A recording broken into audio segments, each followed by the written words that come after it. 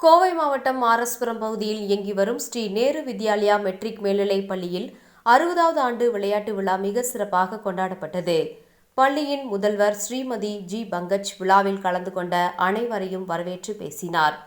முன்னதாக சிறப்பு விருந்தினராக கலந்து கொண்ட ரோட்டரி சங்க நிர்வாகி வழக்கறிஞர் சுந்தர வடிவேல் மற்றும் பள்ளியின் தலைவர் ஸ்ரீ மகாவீர் போத்ரா ஆகியோருக்கு பள்ளி நிர்வாகம் சார்பில் உற்சாக வரவேற்பு வழங்கினர்.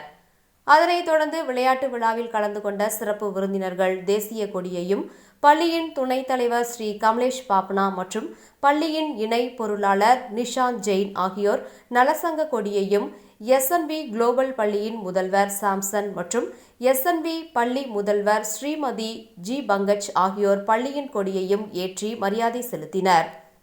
பின்னர் மாணவர்களின் அணிவகுப்பை ஏற்றுக்கொண்டனர்.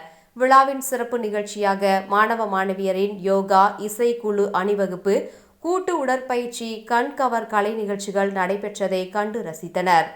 நிகழ்ச்சியை தொடர்ந்து சிறப்பு விருந்தினர் மற்றும் பள்ளியின் தலைவர் ஆகியோர் மாணவ மாணவியர்களின் விளையாட்டுப் போட்டிகளை துவக்கி வைத்து வாழ்த்துக்களை தெரிவித்தனர். நிகழ்ச்சி குறித்து சிறப்பு விருந்தினர் சுந்தர வடிவேல் கூறுகையில், பள்ளி விளையாட்டு விழாவிற்கு என்னை அழைத்தது மிகவும் மகிழ்ச்சி அளிக்கிறது. மாணவ மாணவியர்களின் கலை நிகழ்ச்சிகள் மிக சிறப்பாக இருந்தது. பள்ளியானது கல்வியிலும் விளையாட்டுத் துறையிலும் சிறப்பாக விளங்கி வருகின்றது.